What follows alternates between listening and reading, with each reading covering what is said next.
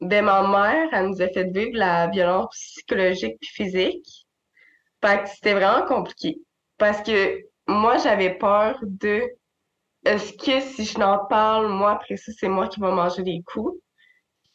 Puis ma sœur, elle n'en parlait pas parce qu'elle voulait me protéger. Fait que c'était tout le temps, on veut en parler parce qu'on veut sortir de là-dedans, mais en même temps, si on le fait, c'est nous qui va avoir quelque chose, c'est sûr, c'est nous qui va vivre avec les conséquences.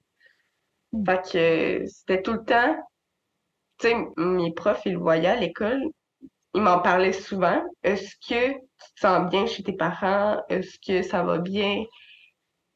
Puis moi, le réflexe que j'avais nécessairement, c'était de dire oui, ça va bien.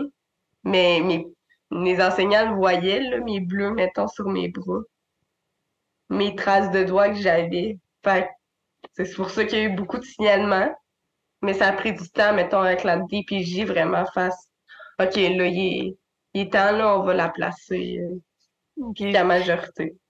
Tu sais, quand tu parles de violence psychologique, tu sais, moi, personnellement, j'ai vécu beaucoup de violences psychologiques qui ont débordé au fur et à mesure que les patterns se répétaient, ça a commencé à virer en violence plus physique, tu sais.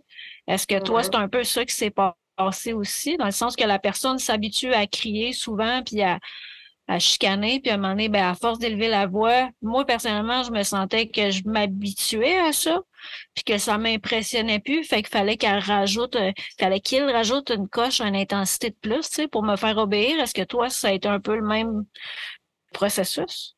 Oui. Puis surtout, moi, j'étais un enfant qui avait un fort caractère. Fait que je faisais beaucoup de crises. Si j'avais pas quelque chose, j'allais faire une crise. Si on me donnait pas ce que je voulais, j'allais faire une crise.